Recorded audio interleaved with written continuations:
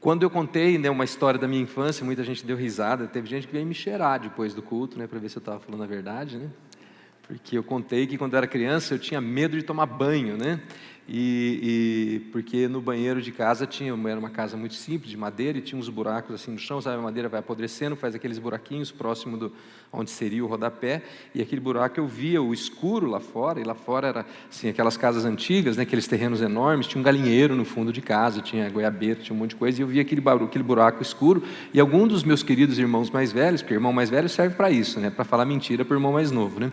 Falou que um monstro ia entrar por ali e ia me pegar. Não apenas quando eu tomasse banho, teve um detalhe sórdido que eu não contei também no domingo passado, mas eles falaram que da privada também sairia um monstro. Então vocês imaginam com que ânimo eu ia fazer as minhas necessidades, pensando no ser que ia sair, me agarrar e me puxar para baixo, né? Então, como era difícil, né? É difícil ser irmão mais novo, viu, gente? O pessoal acha que irmão mais novo é sempre o protegido, né? Mas também é o mais judiado, tá? Ô Carlos, cadê o Carlos? Está dando bastante reflexo, você podia baixar um pouquinho o volume, eu acho. Obrigado. Se puder só baixar um pouquinho, que está batendo na parede e voltando, está dando um eco violento. O Victor está ali. Oi, Victor, tudo bem? É que ele é pequenininho, não dá para ver atrás da... Olha o bullying, né? O bullying. Agora sim, agora eu estou vendo. Mas o fato é o seguinte, qual que era o ponto de contar essa história, né? A gente deu risada, a gente lembrou, eu lembrei, essa história faz parte do meu anedotário lá de contos familiares, de histórias familiares, a gente dá risada de tudo isso, mas ela ilustra algo muito importante, que acreditar em uma mentira nos aprisiona. Acreditar numa mentira nos aprisiona. E eu ilustrei com a minha história do banho, eu não queria tomar banho, porque eu acreditei na mentira do monstro do banheiro. Então a consequência era, eu andava sujinho, fedidinho, minha mãe me judiava, arrancando as cobrinhas do meu pescoço, né? Ela pegava, molhava o dedo assim, ó, e esfregava assim, aí ficava aquele pescoço vermelho, horrível, ardendo, né? Mas por quê? Porque eu acreditava numa mentira, né? Carlos, esqueci do clique, pega aí para mim, por favor. Hoje eu esqueci tudo, aqui eu estava tocando, eu esqueço todo o resto, né? Tem que mudar o canalzinho assim, agora eu estou no canal pregador. Mas acreditar numa mentira nos aprisiona, nos faz viver presos àquela mentira. E domingo passado a gente falou bastante sobre isso, sobre as mentiras que nós acreditamos e como a gente as combate através da verdade, a verdade da palavra, a verdade do que Cristo fala a nosso respeito. Obrigado, querido. E há muitos cristãos vivendo assim, acreditando numa mentira que os impede de viver tudo aquilo que eles foram chamados para viver. E essa mentira impede de ter o infinitamente mais, de viver a vida plena, de ser mais. E ser não apenas mais, mas ser aquilo que Cristo os chamou para ser. Porque eles estão presos, estão prisioneiros a essa mentira. E a gente acredita em mentiras a respeito de nós mesmos, né? Uma categoria importantíssima das mentiras é o que nós cremos a nosso próprio respeito, tá? E eu até sugeri e proponho, né, propus no domingo passado e volto a propor hoje, que você... além de perdoar todas as pessoas que te feriram, porque a gente sempre lembra de quem fez mal para a gente, né? E a gente sabe que a gente tem que perdoar. Eu preciso perdoar o fulano, preciso perdoar o ciclano, porque Jesus mandou perdoar, então eu preciso perdoar todas essas pessoas. E a gente se esforça para perdoá-los, a gente declara o perdão sobre a vida delas. Às vezes não sente a vontade, não sente o desejo, mas você declara o perdão. Mas nós precisamos perdoar a nós mesmos. Essa é uma categoria nova de perdão, que eu proponho para nós, para vocês. Como assim? Eu preciso me perdoar? Sim, você precisa se perdoar por tudo aquilo que te fez hoje, que te faz hoje sentir arrependimento. Então, um exercício bom para você fazer quando chegar em casa é orar e falar do que eu me arrependo. Quais são as coisas que me acusam a respeito do meu passado? E se perdoe por essas coisas. Eu me perdoo porque eu falei aquilo para o fulano lá na 8ª série. Você não lembra às vezes de coisas? Eu lembro de coisas que eu fiz na 7ª, 8ª série contra amigos meus, que eu magoei meus amigos e eu tenho vergonha dessas coisas. Né? E eu não... poxa, agora eu vou ligar para o meu amigo lá da 5ª série, nem sei onde o cara está. Teve gente que morreu. Né? Como é que eu vou pedir perdão para ele? Não, se perdoe. Eu me perdoo porque eu falei aquilo. Eu me perdoo porque eu fiz aquilo. Eu me perdoo porque eu tomei aquela decisão errada, que levou aquele negócio, ou que teve aquela consequência terrível. Se perdoe, se liberte dessa culpa, desse ressentimento, dessa acusação que vem talvez te perseguindo desde a 5ª série, 8ª série, 1º colegial, não sei. Mas para pensar, separa um tempo, a hora que você estiver no seu devocional, fala, quais são as coisas sobre as quais eu tenho arrependimento, que eu sinto culpa, aquelas coisas que eu não conto para ninguém porque não é engraçado, porque me envergonham. E se perdoe por essas coisas. Se perdoe e seja livre para caminhar em frente, para olhar para o futuro. Então, muitos são prisioneiros dessas culpas, dessas mentiras do passado, dessas acusações do passado, e precisam se perdoar. E muitos são prisioneiros de mentiras a respeito de Deus, coisas que ouviram a respeito de Deus, a respeito da fé, a respeito de Jesus, e também estão prisioneiros. E o pior é que alguns ouvem essas mentiras, acreditam nelas e saem falando por aí, e propagando. E aí eu entro no Facebook, eu nem estou entrando mais no Facebook, coloquei lá na 8ª página do meu celular, assim fica longe, eu nem lembro do Facebook mais. Porque você vê cada coisa que dá vontade de falar, meu Deus do céu, de onde saiu isso? E você vê gente assim que é crente, que é fiel no Senhor, mas simplesmente repostando asneiras, é verdade, gente, asneiras, que não tem nada a ver com aquilo que Jesus falou. Lançando culpa, lançando condenação, lançando cobrança sobre a vida das pessoas, que são mentiras. Jesus veio para nos trazer liberdade, liberdade total e plena, e não nos trazer condenação, não é? E uma dessas grandes mentiras, que é o tema de hoje, agora eu vou ser bem redundante, é o que eu chamo de a grande mentira. Que é uma mentira que é altamente propagada, né? É altamente acreditada, é uma mentira bonita. Tem mentira que é feia, né? Tem mentira que é bonita. Essa é uma mentira bonita. Então é uma mentira que ela caminha a passos largos, ela vai, as pessoas falam, as pessoas promovem essa mentira, elas escrevem livros a respeito dela e ganham dinheiro vendendo livro a respeito dessa mentira. E elas falam nas igrejas, a gente fala para os nossos filhos, né? A gente divulga essa mentira, e eu sei que vai ter gente aí que vai ficar revoltado que eu vou falar que isso que eu vou falar que é mentira, e você vai falar, como que é mentira? A vida inteira eu acreditei nisso, agora você está falando que é mentira? Né? Mas tudo bem, não tem problema. Mas essa grande mentira é que você pode ser e fazer tudo o que você quiser. Basta você acreditar em si mesmo e trabalhar bastante. Você já viu isso em algum lugar? Você já viu livros falando, seja tudo o que você quiser? Conquiste todos os seus sonhos. Realize todos os seus planos. Isso não é verdade. Isso não é verdade. Eu não estou dizendo que você não deva lutar para ser mais, para fazer mais, como diz o Marcelo, para olhar além dos montes. Você deve, você foi chamado para isso. A nossa natureza divina em nós é querer mais, é conquistar mais. Isso não significa que a gente pode ter tudo, ou fazer tudo. Há limitações. Eu posso decidir hoje, falar, a partir de agora eu vou ser um grande atleta e eu vou subir o Everest. Eu não vou subir o Everest. E se eu tentar, provavelmente eu vou morrer no meio do caminho. Porque há limitações físicas, inclusive, financeiras, culturais. Ou agora eu resolvi que eu quero ser um popstar, eu vou ralar para ser um popstar, vou começar a cantar, vou fazer um curso, aula de canto. Sério, gente. Só se for do Jurassic Rock, né, Eugênio? O Eugênio está organizando uma banda para a gente fazer um show do... Como é que chama a banda lá? Como é que chamava a banda? Earthen Vessels, que nós vamos rebatizar para Jurassic Rock, né? Rock jurássico, né? Rock para a terceira idade. Há limitações para os nossos sonhos. E essa coisa de você acreditar em si mesmo e fazer o seu melhor, sabe o que é isso, gente? Isso é egocentrismo, isso é hedonismo, isso é o culto a si mesmo, é falar, eu posso, eu consigo todas as coisas. E é por isso que essa mentira é usada pelo diabo, nosso inimigo, para trazer uma grande distração nas nossas vidas.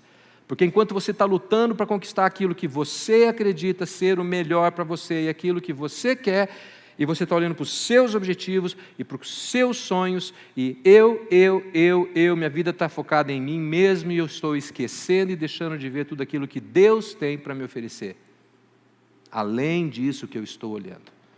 E é por isso que essa mentira é tão perigosa. Porque eu acredito, eu preciso disso, e eu vou lutar por isso, eu vou gastar minha vida investindo nisso. Vocês já ouviram aquela piada? Acho que eu já contei aqui, né? Os caras estão subindo um monte, Lembra dessa? Está subindo a montanha, subindo a montanha, subindo a montanha. Aí o cara chega lá em cima, estão quase lá em cima, né? Aí um está muito cansado, fala, eu vou desistir, não aguento mais. Daí o outro fala, não, peraí que eu vou subir mais um pouquinho, vou ver onde a gente está, vou ver quanto falta. Aí ele consegue passar por aquele boulder, né, aquela pedra invertida, assim, que não dá para ver a visão, ele vê, e ele volta e fala, cara, eu tenho duas notícias, uma boa e uma ruim. O outro fala, a boa notícia é que nós estamos quase chegando. A má notícia é que nós subimos na montanha errada. E às vezes a gente está assim, subindo aquela montanha, naquela luta, para subir no topo da montanha, e Deus está falando, meu querido, a montanha que eu tinha para você é essa imediatamente ao lado. Você está na montanha errada. Se você olhasse para mim, falasse comigo, eu ia te falar, igual o Buzz Lightyear falava, né, Victor? Por aí não, por ali. O Victor tinha um bonequinho do Buzz Lightyear que você virava e ele falava assim, por aí não, por ali. E às vezes Deus está falando assim para nós, por aí não, por ali. Você vai subir a montanha, você vai fazer coisas grandes, mas é a minha montanha. É a montanha que eu tenho para você. E não a montanha que o mundo está dizendo que é a melhor para você, que é uma mentira. É mentira. E às vezes nós passamos a vida correndo atrás dessa mentira. E perdemos a verdade, o melhor de Deus para nossas vidas. E por isso não realizamos o infinitamente mais. Por isso a gente não faz o infinitamente mais. Por isso que a gente não alcança o nosso propósito. Nosso propósito. Porque nós temos um propósito. Você tem um propósito. Até pensei no trocadilho. Você foi criado de propósito e com um propósito. De propósito e com propósito. Você não está aqui por acaso. Tem gente que acha que nasceu por acaso. A camisinha furou. Ups, não podia falar camisinha. Né? Ou, aconteceu. Meus pais não me planejaram. Deus planejou vocês. Vocês ouviram o salmo que eu falei hoje no começo? O que ele fala? Salmo 139. Você foi entretecido no ventre da sua mãe. Deus juntou as suas células. Deu sopro de vida para você. Não é por acaso que você está aqui. Foi de propósito. E foi com um propósito. Foi com um propósito. E quanto mais a gente se encaixa nesse propósito, quanto mais a gente entende esse propósito, mais alinhado a gente fica com aquilo que Deus quer para nossas vidas, que Ele tem para nossas vidas, e mais sucesso nós vamos ter. E por sucesso eu não estou falando só de dinheiro, gente. Estou falando de tudo. Estou falando de vida plena, realização, felicidade, conquistas. Estou falando de legado. O que você vai deixar para as próximas gerações. Depois que você partir, o que vai ficar de você? Então eu tenho duas perguntas que vão nos ajudar a entender melhor isso. Duas perguntas que eu creio que vão nos ajudar a entender melhor. Primeira pergunta: você acredita que Deus tem algo mais para você? Que Deus tem algo melhor para você? Algo além do que você pode imaginar? Você acredita nisso? Que Deus pode fazer na sua vida algo que você não consegue imaginar? Quando você lê Efésios 3:20, muita gente sabe de cor, mas quando você lê esse texto, você acredita que Ele é para você? Que Ele é capaz de fazer infinitamente mais do que tudo que pedimos ou pensamos, de acordo com o poder que atua em nós? Você acredita que esse texto é para você também? Eu acredito, sabe por quê? Porque eu olho para esse texto e eu vejo a história da minha vida. Eu vejo a história da minha vida. É tremendo ver a ação de Deus na minha vida. Quando eu olho para a minha história, de onde eu saí, aonde eu cheguei, como eu falei domingo passado, eu não sou perfeito, tenho um monte de defeitos. Se você olhar para a minha vida procurando defeitos, você vai achar vários. Mas, gente, quando eu me vejo, quando eu me lembro, 20 anos atrás, eu fico com vergonha. Eu fico constrangido. Ou quando eu me lembro no colegial, eu pensei, eu tinha tudo para não ser ninguém. Tinha tudo para não ser ninguém, porque muitos dos meus amigos, inclusive hoje, estão divorciados, estão recasados, redivorciados, alguns morreram, outros estão nas drogas, outros estão procurando emprego. Com a minha idade, estão patinando na vida de tal forma que eu falei, cara, como Deus agiu, e cada momento eu vejo desde lá de trás a ação de Deus, a mão de Deus, cuidando, livrando, tirando, conduzindo, fazendo acontecer. Aí eu conheci a Carla, daí as coisas aceleraram, né? Aí os filhos, a família, o trabalho, o ministério. Gente, tinha tudo para não ser ninguém. Então eu vejo esse versículo agindo na nossa vida, a cada dia. A cada dia, Deus fazendo coisas que eu jamais imaginaria fazer. Jamais imaginaria fazer. Tá?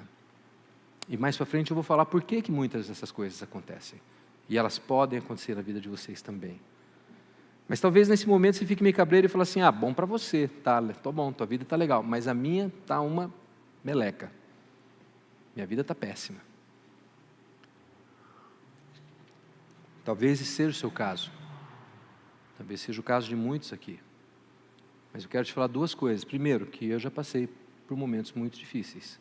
E mesmo a nossa vida, eu olhando agora e vendo, puxa, olha onde nós chegamos, não significa que as coisas sejam fáceis.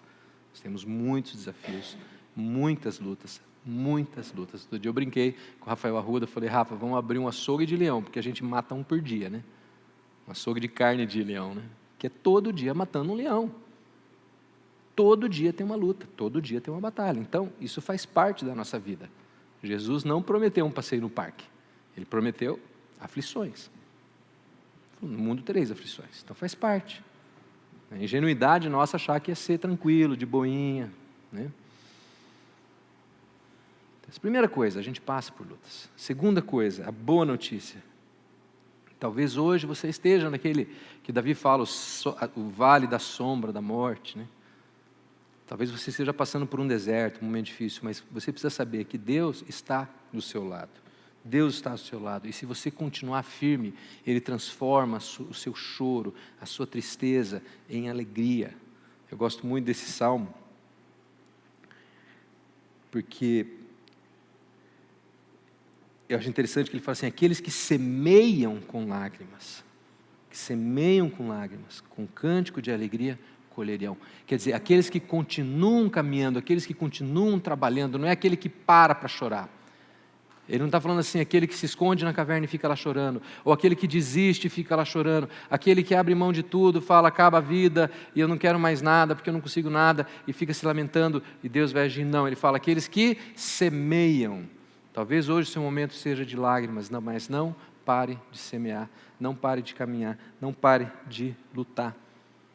E o cara que escreveu isso aí é o mesmo cara que venceu Golias, é o mesmo cara que venceu batalhas, é o mesmo cara que conquistou regiões, que foi o maior rei, o maior líder que a história conheceu. E um dia ele falou, aqueles que semeiam com lágrimas, com cânticos colherão. Então, as coisas podem estar difíceis, mas sua vida não acabou. A sua vida não acabou. Nós estamos lá pela metade, alguns um pouquinho mais, alguns um pouquinho menos, alguns estão no comecinho. Mas a sua história não acabou. Você está vivendo um capítulo dessa história.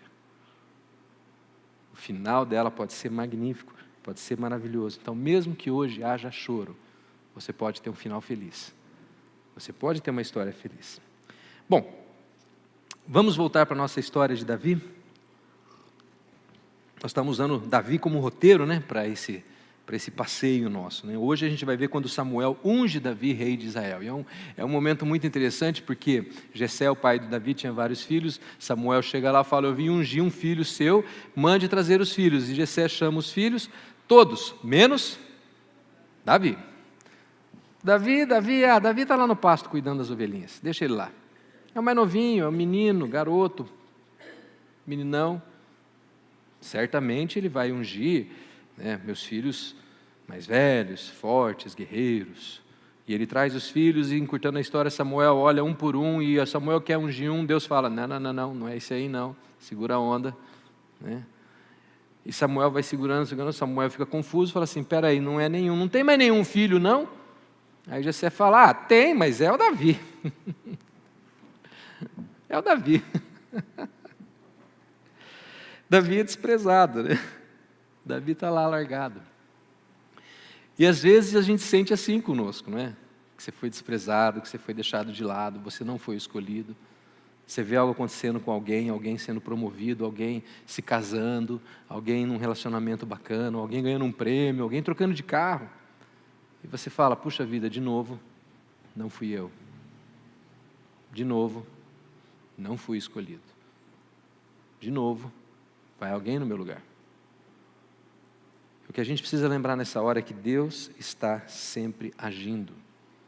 E Jesus falou que Ele estaria agindo em nosso favor, que Ele estaria agindo por nós. E talvez você se sinta desprezado, como Davi possivelmente se sentiria. Davi nem sabia o que estava acontecendo, que ele estava lá no pasto cuidando das ovelhas enquanto a festa estava rolando. Porque receber o sacerdote era algo tremendo naquela época. Seria tipo assim, nós vamos receber o Papa na nossa casa. Imagina o... Uau! Era algo importante, era algo assim, importante, muito importante. E Davi não é chamado, ele fica lá. Mas vocês precisam saber, eu preciso saber que Deus está agindo. Ele está trabalhando em meu favor. Mesmo quando tudo parece contrário. Quando parece que eu fui esquecido, parece que eu fui abandonado. Ele está trabalhando, Ele está trabalhando.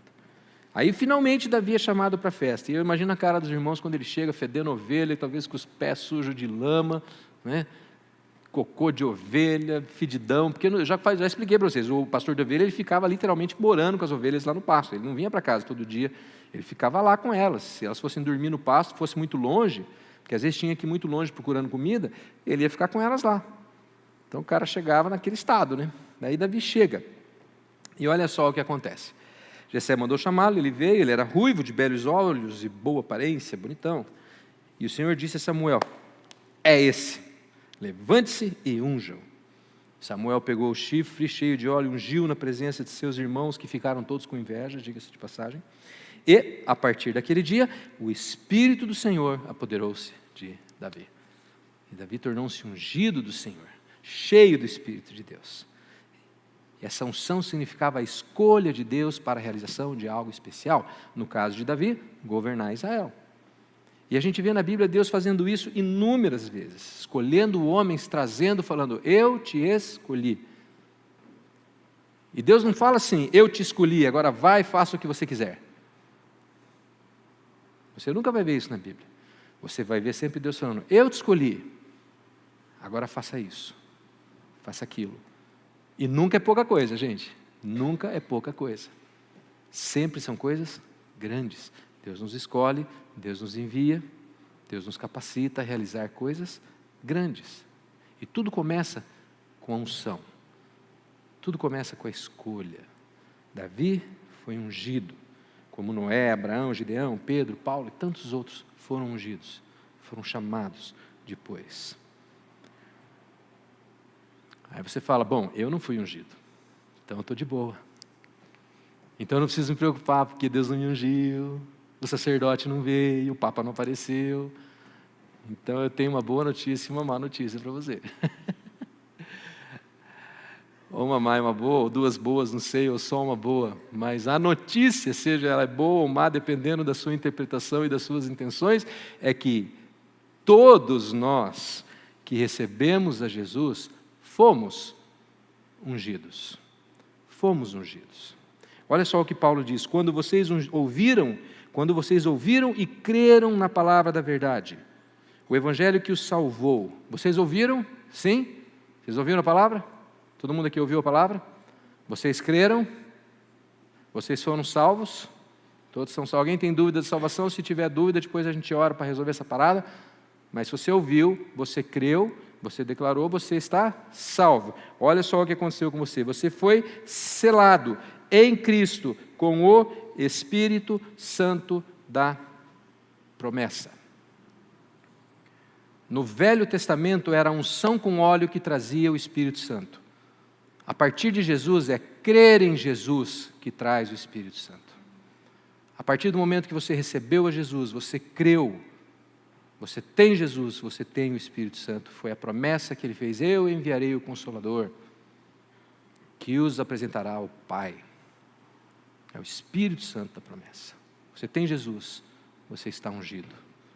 com o Espírito Santo.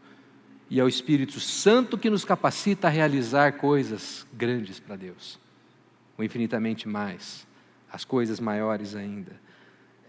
Versículo 14, que é a garantia da nossa herança até a redenção daqueles que pertencem a Deus. Para quê? Para quê? Para quê? Para ficar rico, para ter poder, para ser popstar, para ter um canal do YouTube com 5 milhões de seguidores? Não, para o louvor da sua glória. É para a glória de Deus. Ele nos capacita a realizar cada vez mais coisas maiores para a glória de Deus. E nós podemos ter a honra de ser o quê? Os administradores de tudo isso que Deus nos dá. No caso da riqueza, no caso da fama, no caso de outras coisas que podem surgir, sim, que não são problema. Desde que você entenda que tudo isso é para a glória de Deus. Todos os que creem foram marcados com o selo do Espírito Santo. Que é o que aquela unção que fez com Davi. Aquele mesmo Espírito que estava sobre Davi, está sobre nós ainda. E ele nos marcou para que o mundo saiba, que somos dele. Que somos dele. Isso é bom e isso é ruim. Isso é bom e é ruim. Outro dia aconteceu um negócio muito engraçado, né? Cadê o Victor? Está aí ainda? Acorda, Victor. Lembra que eu te falei quando a gente foi naquele lugar, lá em... né? Nós fomos num lugar e tal... Não vou entrar em detalhes, porque está sendo filmado, pois, para dar problema. Né? Mas a gente foi num lugar e conversamos com uma pessoa, e a pessoa foi assim, simpaticíssima, né, Victor? Cara, sem brincadeira, o cara bateu o olho em mim, fechou o filtro, mas tratou a gente tão mal, que eu fiquei assim, e eu fui super de boinha, o Victor até ficou preocupado, falou, vixe, eu achei que o pai ia surtar, ia descer do salto, e... né? Rodar a voadora. Vocês não me viram bravo, gente. Cuidado, quando sobe o sangue alemão, é terrível, né? Nazista, como diz alguém aí. Mas o cara se transformou, a gente começou a conversar, o cara já... pá, né? Aí depois saímos, tal, eu comentei, nossa, que cara, que vontade de atrapalhar, que vontade de não ajudar, que coisa esquisita, né? Aí acho que foi o Thomas que comentou, falou, você viu também os anel que ele estava usando, os colar que ele estava usando, uns símbolos esquisitos, uns triângulos de ponta cabeça, uns negócios meio... Falei, sabe o que é isso aí? O santo não bateu. Como assim? O Espírito Santo que está em nós não bateu com o que está nele. Então tem hora que esse negócio de você ser selado é ruim. Porque a hora que você encontra com um que está selado do outro lado, ele olha para você, ele já... Da mesma maneira que você sente um desconforto, ele sente um desconforto maior ainda. E ele vai atrapalhar a tua vida em tudo que ele puder. Ele vai atrapalhar. Vai tentar atrapalhar. Mas nessa hora você tem que ficar feliz. Nossa, fico feliz, porque nós estamos brilhando a luz. Porque se a gente está incomodando as trevas, é porque nós estamos brilhando a luz. Se você não incomoda, aí você tem que se preocupar.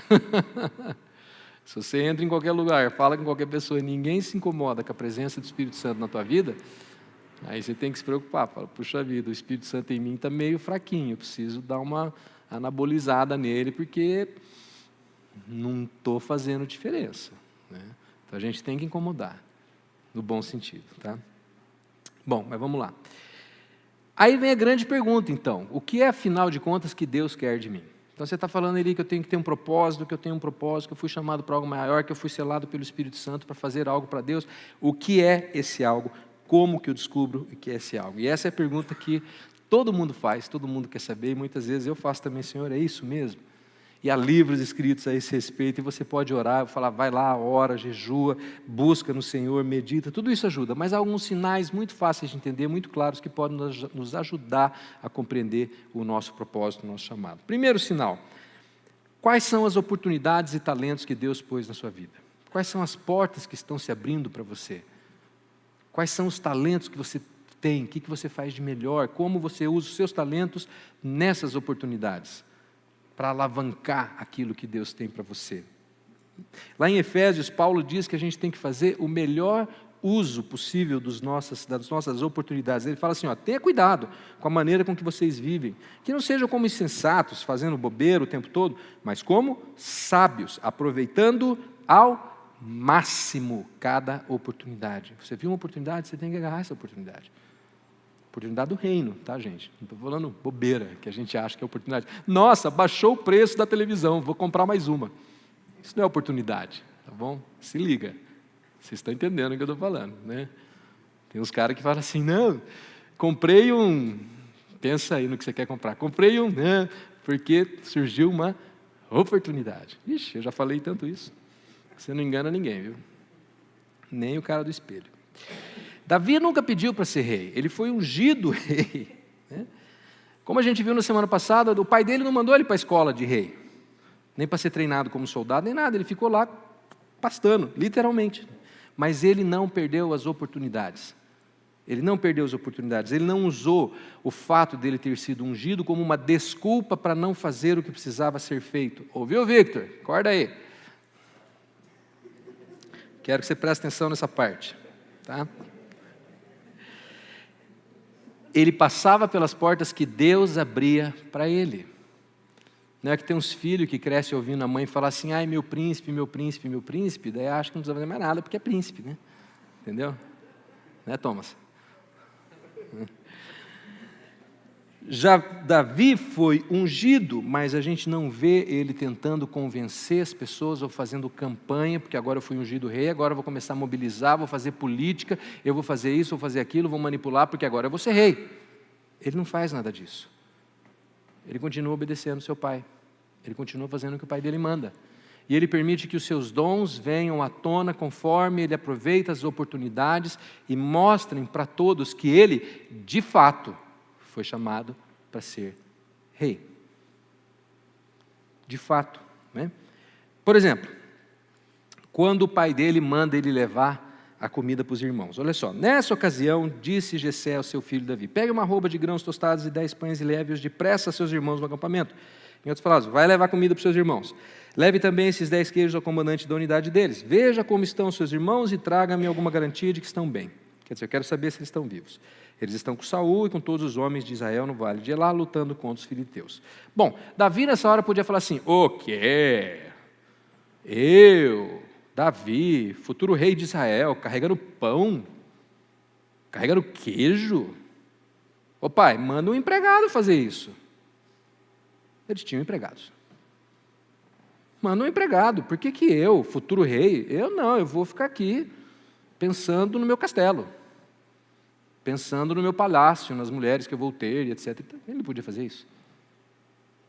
Se ele fizesse isso, ele perderia a maior oportunidade da vida dele, que foi lutar contra Golias. Que foi um momento que o exército viu quem era Davi. Naquele momento, gente, ele não apenas derrotou o gigante. Naquele momento, Davi conquistou um exército. Ele conquistou o exército. Quando eles viram aquele menininho derrubar o gigante, cortar a cabeça dele, eu fico arrepiado de pensar. Os caras falaram, esse cara eu sigo. Esse cara eu sigo. Apesar dele ser desse tamaninho. Por quê, gente? Fala sério. Fala sério. Davi podia ter perdido isso se ele desobedecesse seu pai. Se ele falasse, não, isso é pequeno demais para mim. Eu fui ungido para fazer coisas grandes, não é para carregar pão. E às vezes nós temos essa atitude. Não, mas você quer que eu faça isso? Que eu faça aquilo? Não, eu quero cantar aqui, ó, que é bacana, você fica debaixo da luz e tal. Né? O quê? Carregar cadeira. O quê? Limpar um banheiro. O quê? Cuidar de criança. Detesto criança. Ixi. Ramelenta, então. Ramelo bom é só dos nossos filhos, não é dos filhos dos outros, nem pensar. A Letícia deu risada. Sabe do que eu estou falando. A gente esnoba as oportunidades porque às vezes a gente acha que nós somos grandes demais para elas.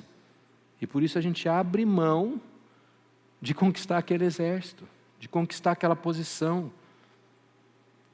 de mostrar para que é que nós viemos, para que é que nós chegamos. Nós precisamos olhar para as oportunidades e aproveitá-las. aproveitá-las.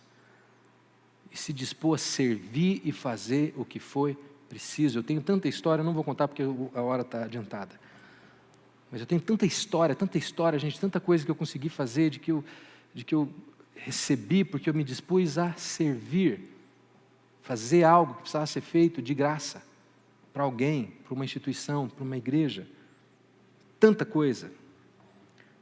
É importante a gente entender, se Davi não se dispusesse a servir o seu pai e aos seus irmãos, ele não teria tido a oportunidade de enfrentar Golias.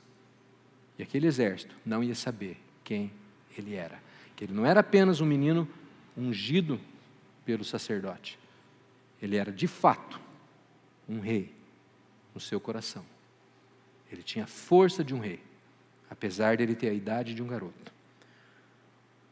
Então, as nossas maiores conquistas, muitas vezes, começam na nossa disposição em servir, em dar pequenos passos, em agarrar as oportunidades, usar os nossos talentos para o reino, de graça, abrir mão de algo.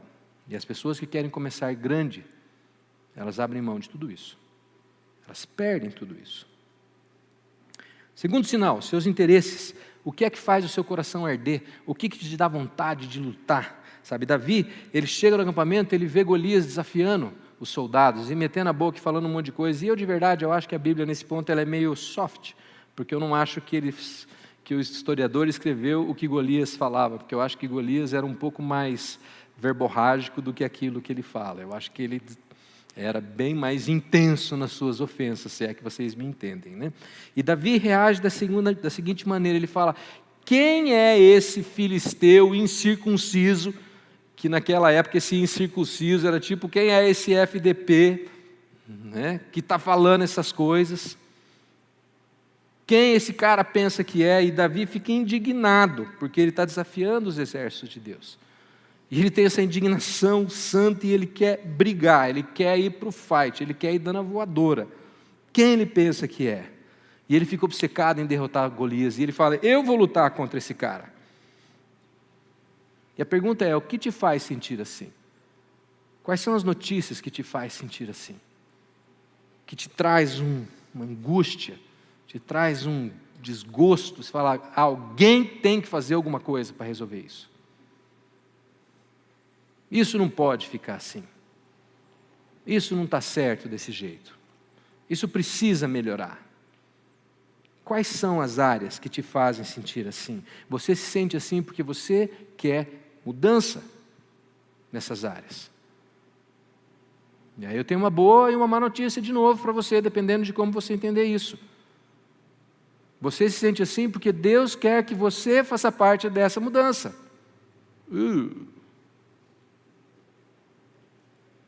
Aí pegou. Essa indignação que você sente é um desejo de ver algo ser modificado, de ser transformado. E Deus está pondo essa indignação no seu coração para você participar disso, para você agir de alguma maneira. De alguma maneira. Quando você vê algo que te incomoda, você fala: eu acho que é porque é para eu lidar com isso, de alguma forma. Não sei qual forma, mas aí entra os seus talentos. Como que com os seus talentos você pode agir nessa área?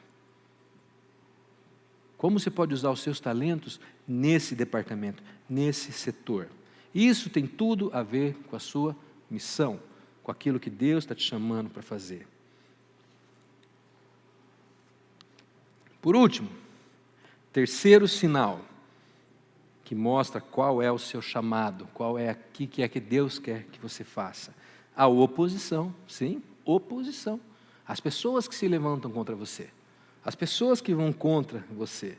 Entenda algo, gente, espiritualmente, é impossível você fazer a vontade de Deus e deixar todo mundo contente. Inclusive a sua família.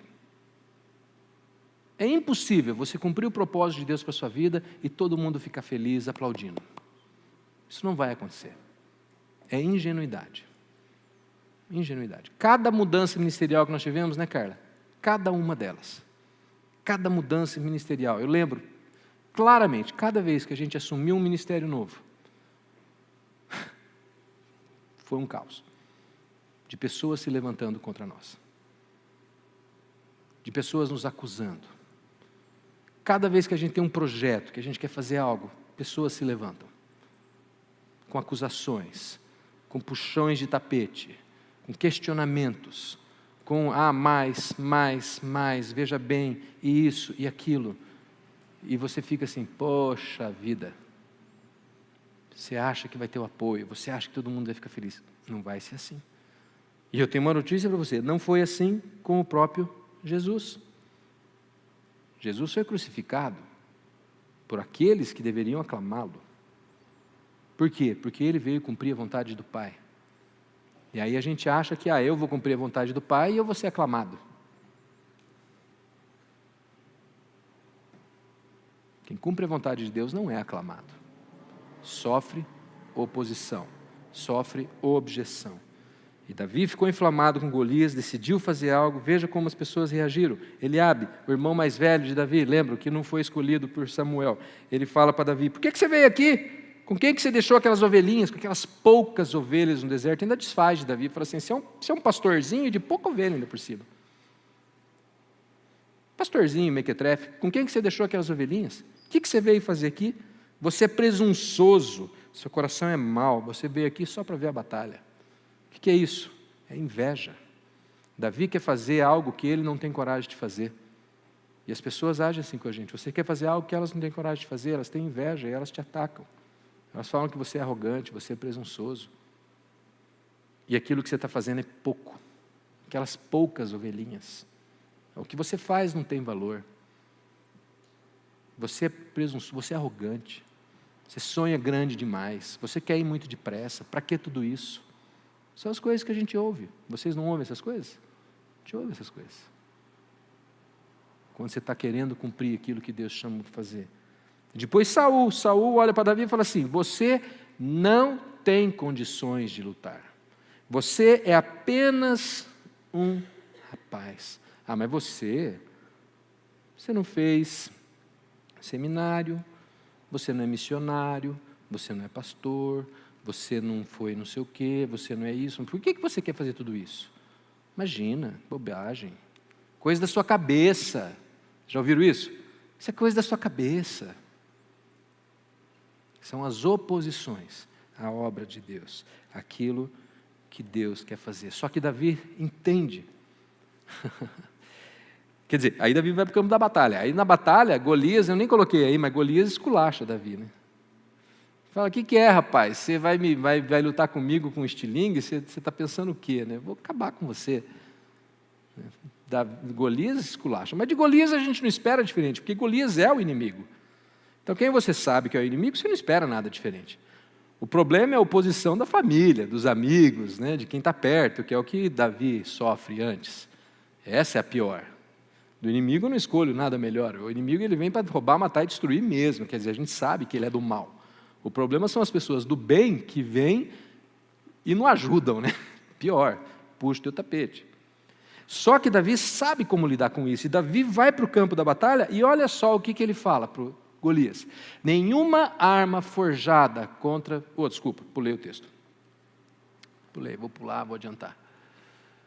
Você vem contra mim com espada e lanças e com dardos, mas eu vou contra você em nome do Senhor dos Exércitos, o Deus dos Exércitos de Israel, a quem você desafiou.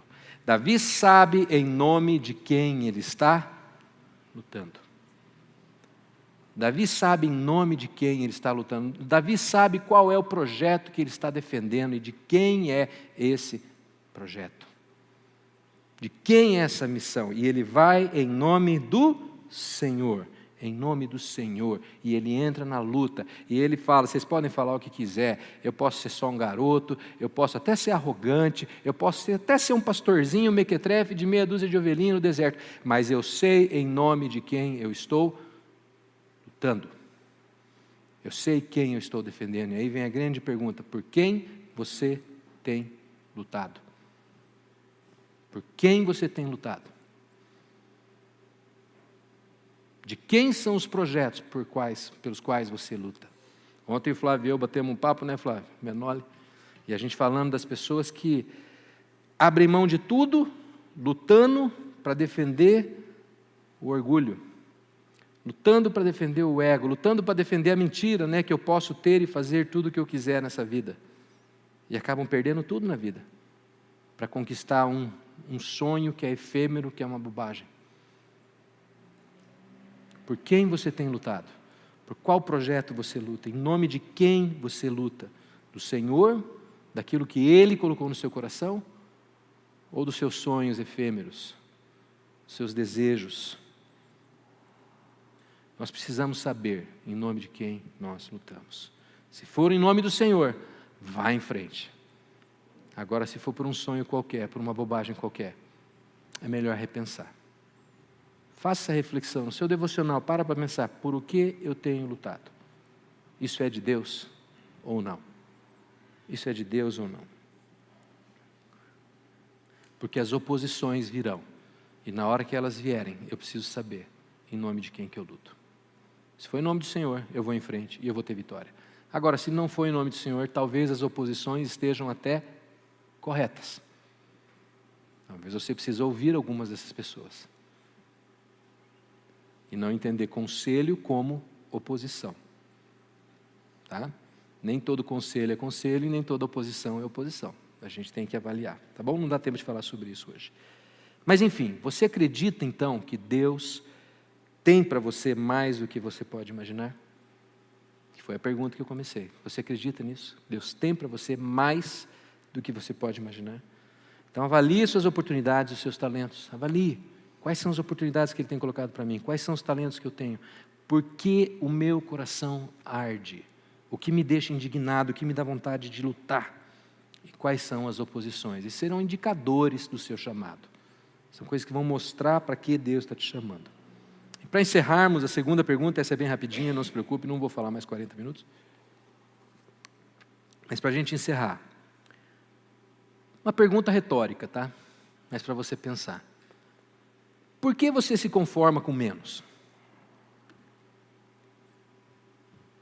Por que você se conforma com o meia boca? Por que nós nos conformamos com uma vida medíocre, mais ou menos? C.S. Lewis, que é talvez o meu autor favorito, ele escreve algo num dos seus livros, que eu fiz uma tradução aqui, uma tradução liberal, tá? Livre, que a gente fala, tradução livre. Ele diz o seguinte: quando consideramos as promessas do Evangelho e a fantástica natureza de suas recompensas, concluo que somos pessoas de pouca disposição, nos divertindo com bebidas, sexo e ambições passageiras, enquanto a verdadeira alegria nos é oferecida. Somos como uma criança ignorante, que brinca com bolos de lama em uma favela, porque não compreende o convite para viver num resort all-inclusive à beira do mar.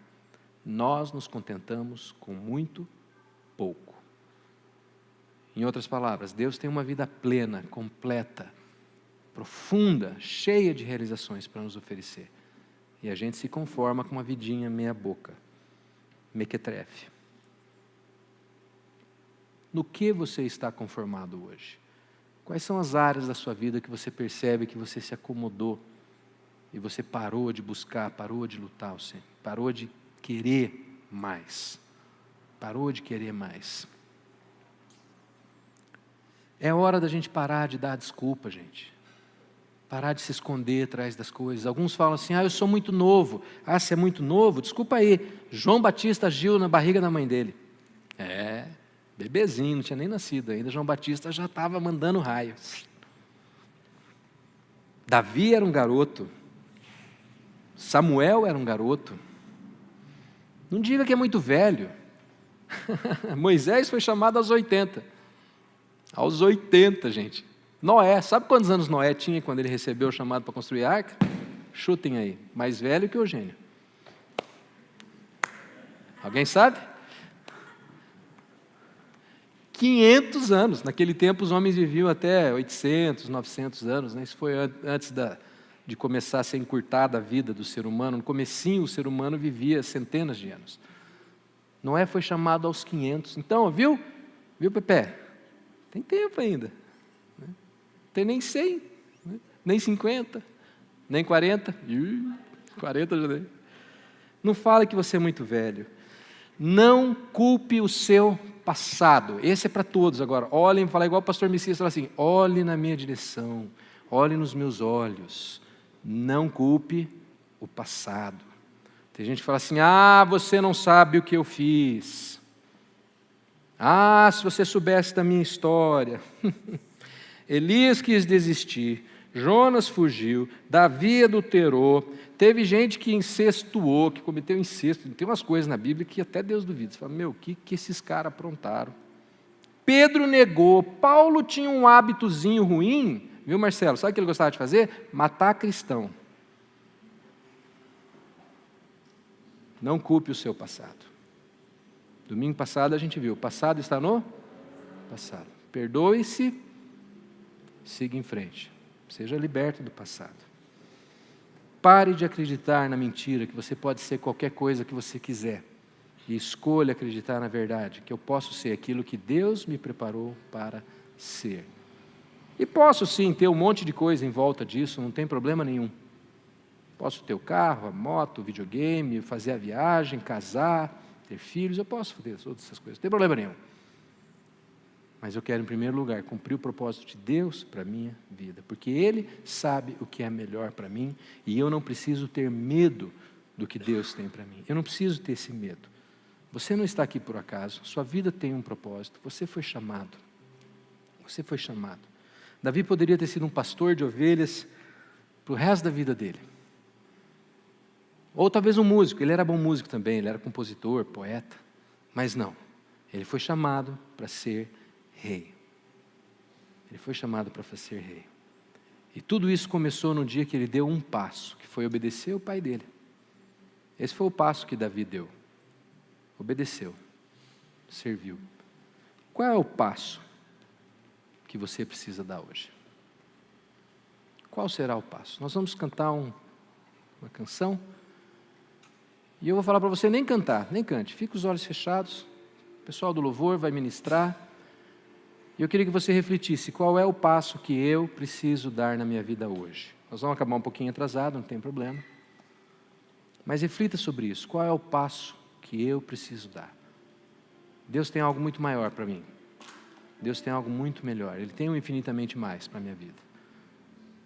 Ele tem essa vida plena. Ele tem as coisas maiores, mas eu preciso dar um passo. Que passo que é esse?